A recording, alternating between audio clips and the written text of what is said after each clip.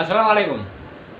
ममन सिद्दीक मिटवर बाला और किसो एहसान भलाई नसीब भाग अकुल मसरूर शाद आबाद।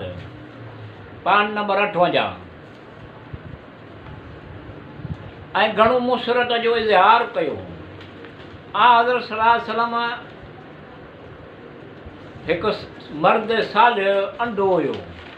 उन जे घर में मुक़ीम थियो जंहिंजो नालो कलसूम हुयो। उहो सॼे कबीले वारा बि हज़रत सल्लल्लाहु अलैहि वसल्लम जिन वटि डुड़ंदा पहुता। उस ऐं ख़िज़र जे विच में मुद्दतुनि खां जंग जो सिलसिलो रहियो। उन करे ख़िज़र जे कबीले वारा कहिड़े ख़ौफ़ जे सबबि ॿाहिरि कोन निकिता। जॾहिं हज़रत सल्लल्लाहु अलैहि वसल्लम हाज़रीन खे ॾिठो उन्हनि में केर बि ख़ुर्ज जो नज़र कोन आयो। राति ॾी त हज़रत अबू बकर हज़रत सल्लल्लाहु अलैहि वसल्लम जिन खां जुदा थी मदीने हलियो आयो।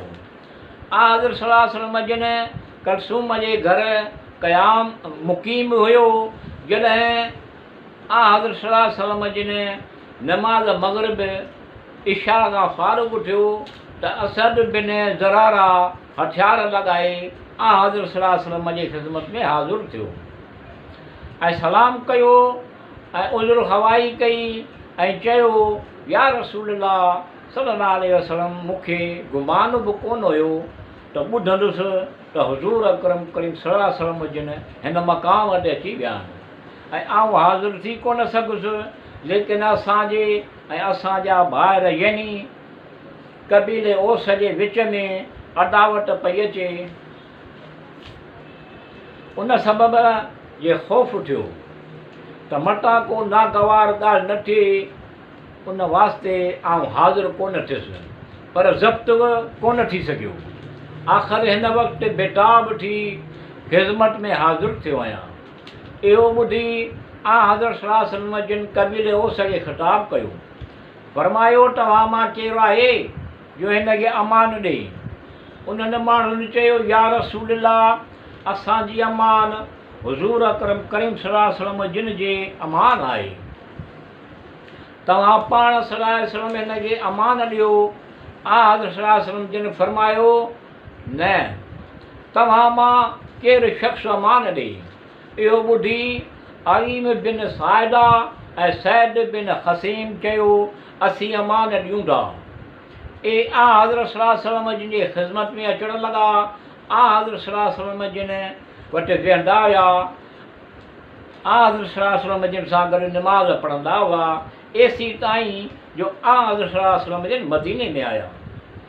कब्बा में हिकु मस्जिद तमीर कई। जॾहिं तव्हां सल्लल्लाहु अलैहि वसल्लम उते मुक़ीम हुआ।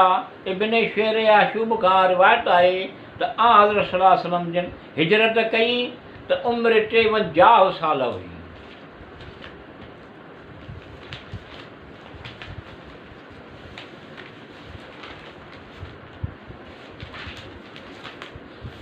रिवायत आहे त हज़रत सल्लल्लाहु अलैहि वसल्लम जिन गार में 3 ॾींहं रहिया। हिकु रिवायत में 6 ॾींहं उते रहिया ऐं 12 रबियुल अव्वल जो ॾींहुं हिकु रिवायत में मुताबिक़ 11 रबियुल अव्वल जो मदीने पहुता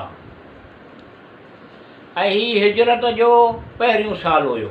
लेकिन पर हिजरत जे साल जी इब्तिदा मुहर्रमुल हराम जे महीने खां करार ॾिनी वई आहे। 3 ॾींहं या 12 ॾींहं बैद खां पोइ हज़रत अली अलैहिस्सलाम अमीरुल मोमिनीन जिन आया त मदीने जे तरफ़ आया। मदीने जा माण्हू हज़रत सल्लल्लाहु अलैहि वसल्लम जे इस्तक़बाल करण लाइ वेंदा हुआ। हिजरत जे हिकु महीने चंद ॾींहंनि खां पोइ निमाज़ ज़्यादा थियण लॻी। 8 महीननि खां पोइ हज़रत सल्लल्लाहु अलैहि वसल्लम जिन मुसलमाननि जे विच में मुआख़ज़ता क़ाइमु कयो ऐं हिक खे ॿिए जो भाउ बणायो। उन ई साल अज़ान मुक़ररु थी। कलेनी मुइनर रिवायत कई आहे, सैद बिन हबीब हज़रत इमाम ज़ैनुल आबिदीन जिन खां दरियाफ़्त कयो। हज़रत इमाम ज़ैनुल आबिदीन फरमायो, आद सल्लम जंहिं ॾींहुं रिसालत माप सल्लम ते मबूस थिया जनाब अमीरुल मोमिनीन अली अलैहिस्सलाम जिन 10 सालनि जा हुया, पर बज़ाहिर ख़ुदा ऐं रसूल ते ईमान आणण में बि ऐं निमाज़ पढ़ण में तमामु अशख़ास सभिनी माण्हुनि ते 3 साल पहिरीं सबक़त जी, 3 सालनि खां पोइ ॿियनि माण्हुनि ईमान आंदो। आदर सल्लल्लाहु जिन सां गॾु निमाज़ पढ़ी इहा ज़ुहर जी 2 रकात हुई। इब्तिदा में 2 रकातूं वाजिबु हुयूं ऐं 10 सालनि ताईं मुस्लमान मके में 2 रकातूं पढ़ंदा हुया। एसी ताईं जो हिजरत करे मदीने आया, हज़रत सल्लल्लाहु अलैहि वसल्लम जनाब अली मुर्तज़ा जिन खे चंड उमूर जे अंजाम करण वास्ते मके में छॾियो, जंहिंखे सवाइ उन जे केर बि अंजाम करे कोन थिए सघियो।